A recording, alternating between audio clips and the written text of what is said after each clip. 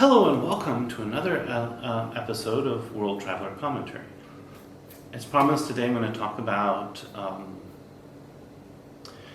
the rise and fall of liberal democracy and what I think is replacing it, and the challenges that I see coming out of that. Because, as always, change is both good and bad. Some things will become easier to fix, other things, but there are significant dangers lurking ahead as we move towards other models of democracy. Now, if you go back and you look at the rise and fall of liberalism as it's happened several times in history so far, right? The US has always been aggressively liberal because of the time at which it split from the United Kingdom. You can see about that in another discussion I have on the history of liberalism. But in general, what you've seen is liberalism as an internal ideology tends to grow in many countries, and then it hits a point where it engenders a lot of resistance, and then it declines. So a really good reference example of this would be Germany in the 19th century. Really by the 1850s, Germany was liberalizing in lots of different ways. Prostitution was legalized, churches were taxed, all kinds of stuff. By 1870, this had generated a lot of resistance, particularly in Germany South. And the anti-liberals in the Kulturkampf, the culture wars, ended up eventually getting a significant part of their way, but it didn't undo all of the aspects of the liberalization of the 1840s and 50s, right? So, and sort of the key aspect there is that because liberalism itself cannot conceive of social responsibilities, that to build a safety net, Bismarck had to make his big political U-turn and decide if he wanted to side with the socialists or with the anti-capitalist right-wingers, and he chose the latter. So this is something which has happened in many countries over and over again. And the most recent period of liberalization here in Germany was following the Berlin Wall fall, right? So before the Berlin Wall fell, West Germany was an extremely socialist society. Massive public housing. Public banking, things that we can't really imagine in the United States today, or if they are there, those really radical ideas that somebody like Elizabeth Warren or Omar or Ocasio-Cortez are suggesting, which a lot of them actually do come from West Germany during the Cold War. So at any rate, after the Berlin Wall fell, the sort of Thatcher-Reagan consensus of applying liberalism at home economically to everything was replaced by what I call the Thatcher-Clinton consensus of trying to export liberalism everywhere and liberalize the world. So social safety nets get cut, hyperglobalization becomes the name of the game, and we see efforts at trying to both build liberalizing economic institutions with the idea that they will eventually lead to political harmony. So the rise of the Eurozone, for example, was exactly that. You have a monetary union, you don't have a fiscal union, you don't have a political union, but hey, look, If we liberalize trade, we'll all figure out how to get along with each other and we won't have problems. Yeah, I got a bridge to sell you. Similarly, let's integrate China and Russia into all of the world trade organizations because they're major powers, and we want to make sure that by liberalizing them economically, we achieve a peaceful and liberal world. Again, got a bridge to sell you.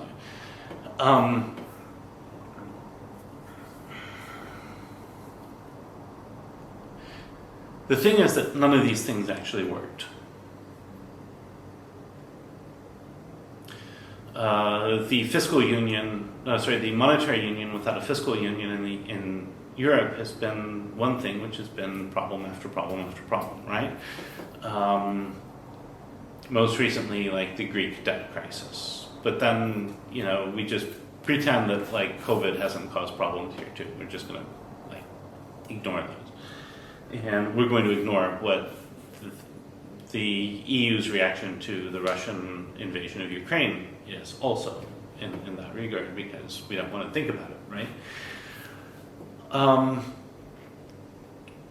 But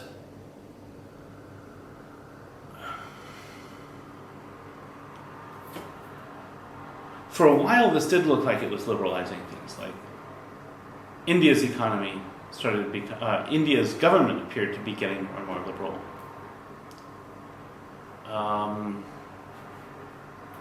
Indonesia, Malaysia looked like they were getting more liberal. China looked like it was becoming more liberal, governmentally as well as economically. And then somewhere along the line, fortunes reversed. We see now a major trend away from liberal democracy. This includes India. It includes Turkey.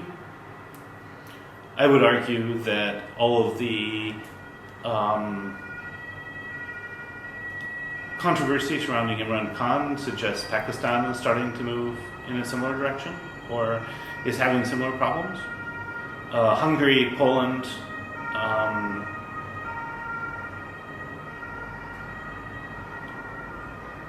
the United States, obviously. I'll get to that in a moment. But then we also see significant retreats from liberal democracy in France. Now, it's really important here to note that the idea of liberal democracy is that you have a set of democratic institutions which are bounded by concepts of rights that include property rights, and therefore place the government in the position of trying to protect the property rights of rich people. Okay? Adam Smith, in Book 5 of Wealth of Nations, said, and I'm going to try to quote this from memory, "Civil government, to the extent that it is founded for the establishment of property rights, is in reality established for the defense of rich against poor and those who have at least some property against those who have no property at all." I may have missed a few words on that, but you can go check it out.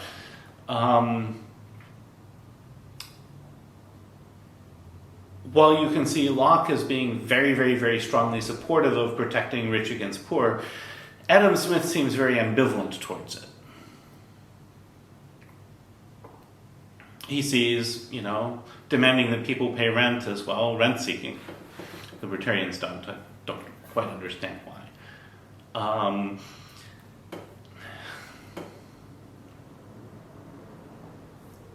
But that being said, so the question is, what went wrong? Now, Mearsheimer suggests that there are two dimensions here, and I think he's probably right on the outlines. The first is that states that are not happy with liberalism have tended to form unofficial alliances in terms of ways of resisting this liberalizing influence.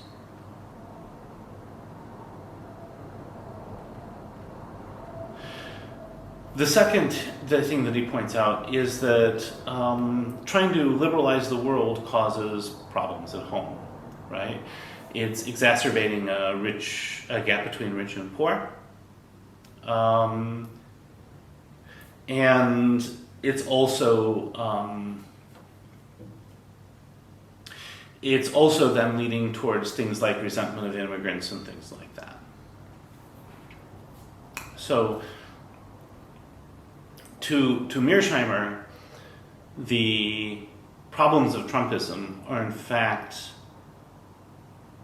seeded by the hyper-globalization of the 1990s. And I think he's probably right on that. Trump, as I've said before, ran on, I'm going to be just like Hillary. And like everybody missed that aspect of his campaign. But he picked everything the Democrats wouldn't like that Hillary and Bill had done and just ran on doing that. And people who remembered because they'd been hurt by these things, remembered and realized they didn't have a choice in getting things better, so they didn't vote, myself included. But at any rate, so Mearsheimer sees these as systematic problems, that hyperglobalization creates social problems create resistance to hyperglobalization, both at home and abroad, and consequently hyperglobalization tends to destroy liberal democracy. I think he's correct on all those points.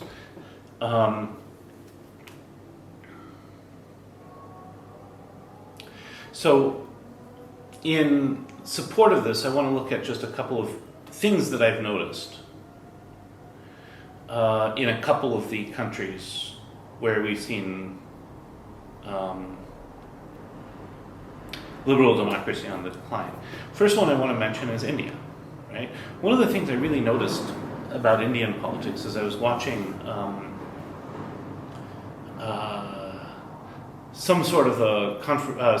it was similar to like a town hall meeting, although I don't know what the equivalent was in India, but it was a former prime minister addressing people who were objecting to hyperglobalization. And what he basically said is, look, obviously this is the way of the future because elections aren't changing it, right? You might see a lot of people complaining, but election after election after election goes in a certain way, and nobody's really challenging this. And the unspoken aspect of this is that you can't fight the flow of history, and we're in what Fukuyama called the end of history, and that all we all really need to do is to liberalize and forget about the social problems it causes. I would argue that the rise of Modi is exactly a reaction to that kind of attitude.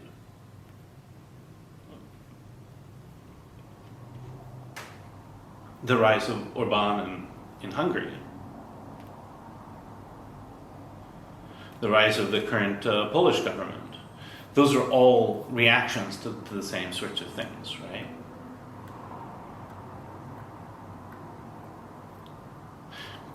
Pretty clearly the rise of Trump. Trump ran on being protectionistic. He ran on protectionism. He, aside from I'm going to be as bad as Hillary, he also ran on protectionism. He ran on withdrawing the United States from liberalizing institutions such as NATO and the World Trade Organization. And these things ended up becoming a lot more popular with his base than a lot of people want to realize. So Trumpist right-wing populism has been sort of now seen as the alternative. I'm going to get into why I'm skeptical, but this is what we've seen in India, it's what we've seen in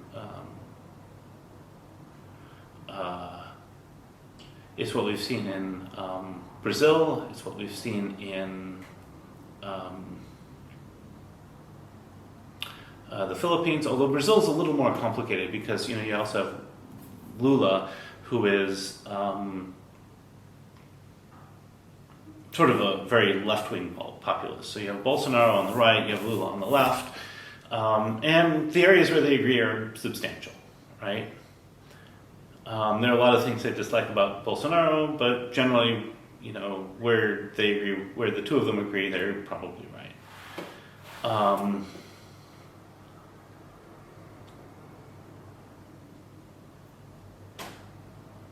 So you have the systematic destruction of liberal democracy, even in the places where it's been most deeply entrenched in government.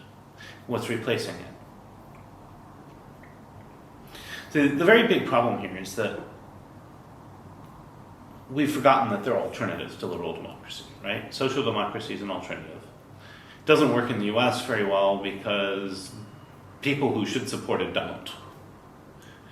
But the basic idea of social democracy is that communities can come together and solve their social problems. You just need to have democratic institutions where that can happen.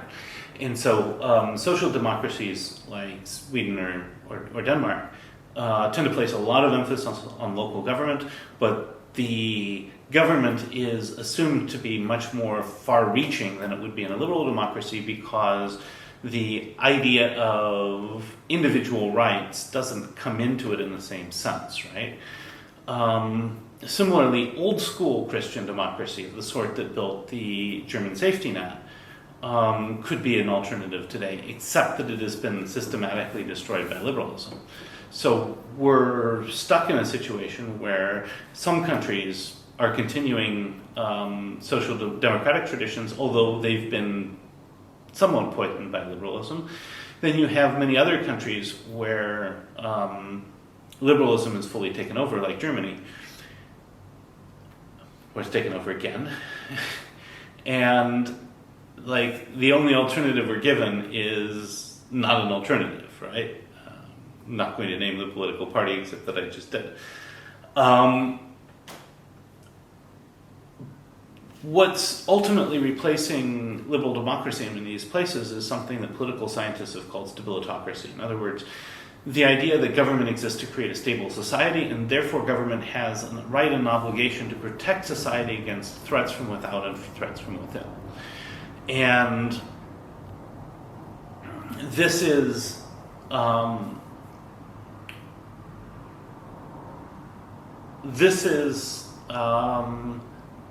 something that includes, for example, Orban, Erdogan, Modi. I would argue that the more Le Pen becomes stabilitocratic instead of anti-immigrant, the better she does. I would say Trump was a stabilitocrat, except a very bad one. Not a very skillful one in that regard. Biden wants to present himself as a liberal Democrat, but he's acting like a stabilitocrat also, very much like Orban.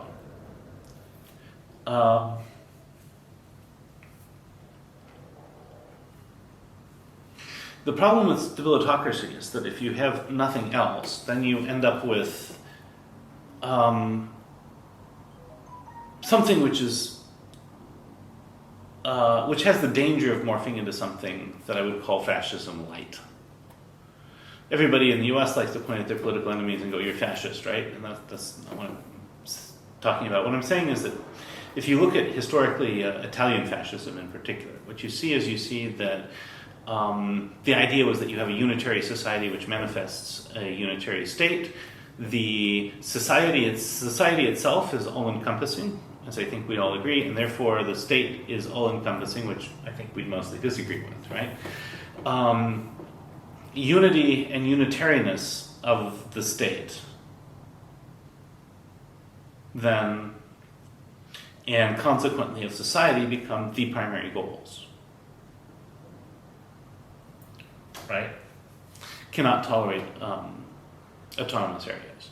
Cannot tolerate ethnic minorities speaking their own languages in public. Cannot tolerate people marking themselves as minorities. Right? This whole thing about hijab bans in France, for example. And those are things that I think are very strong dangers. The fact of the matter is that the state is something where stability has to come from a wide recognition that everybody has something at stake from its stability, right? And the more people who believe that they have nothing at stake, the less stability you're going to have. So if you have large ethnic minorities, for example, like Russian ethnic minorities in much of Eastern Europe, who are feeling like they cannot speak in the current situation, then you have the beginnings of instability, right? States have to be inclusive. If they are not inclusive of their ethnic minorities, then they cannot be functioning as central points for the resolution of social conflicts. And there I'm going to show my sympathies with social democracy theories to some extent.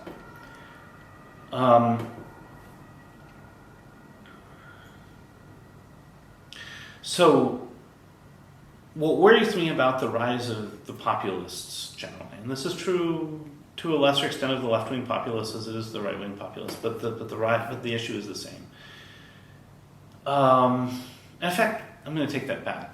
I actually don't see a big difference between the left-wing populists and the right-wing populists on this. The right-wing populists tend to see it much more as a matter of culture, and the left-wing populists tend to see it much more as a matter of ideology. But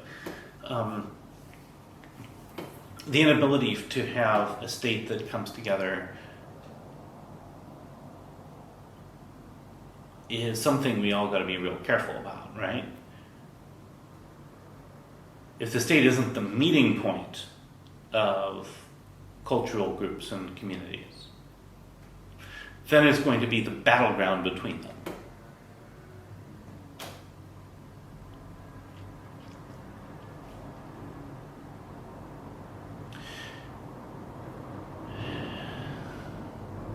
Liberalism likes to pretend these communities don't exist. But if you look at what Rawls says about liberal democracy, he ends up thinking about it much more as a meeting point of communities, even though he only talks about individuals in this regard. The implications are that you have something that's more inclusive for communities. And I fear that we're in the danger of losing that. I don't think it's inevitable. I think that Medvedev and was it Surkov, with their idea of sovereign democracy, make pluralism an explicit part of Russian social theory. And good for them. We all need to do that.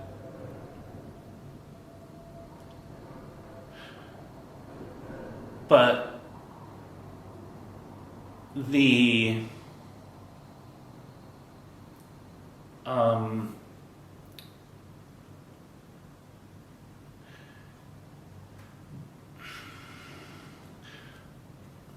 but the problem is even there, right?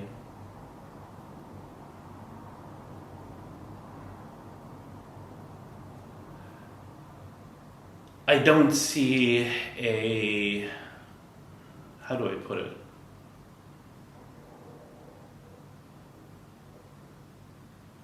I don't see the kinds of equality or equal dignity of communities that I'd really like to see, right? I see Russia talking a lot about how the Russian minority was treated in Ukraine. I don't see them doing anything constructive about it. In fact, I see them making problems worse.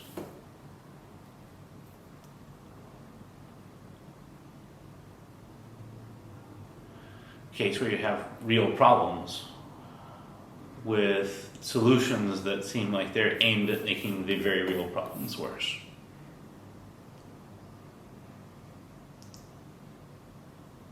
So we're going to have to figure this out together as a world. So what I think we all need to do is we all need to sit down, we need to think about minorities in our neighborhoods or our countries that maybe we don't reflexively like, maybe we reflexively dislike.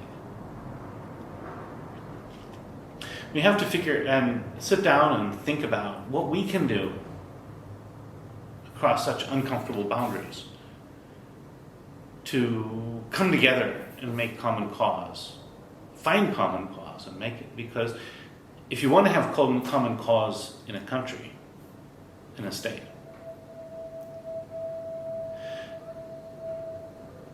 you can find common cause, right?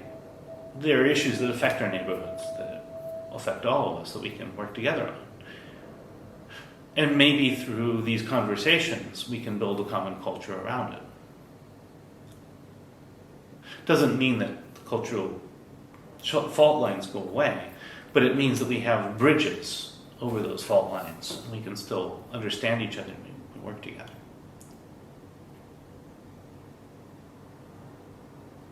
Because at the end, what needs to replace liberal democracy has to be a more pluralistic and more multicultural order.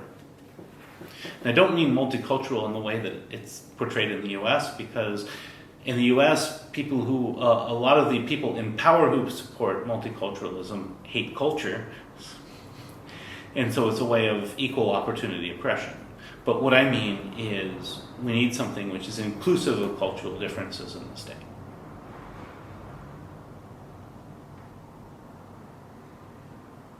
So that's all I have for you today. Hope you have a great day, and I'll talk to you later. Next time I'm going to talk about the rise and fall of hyper-globalization and the international institutions aimed at facilitating it.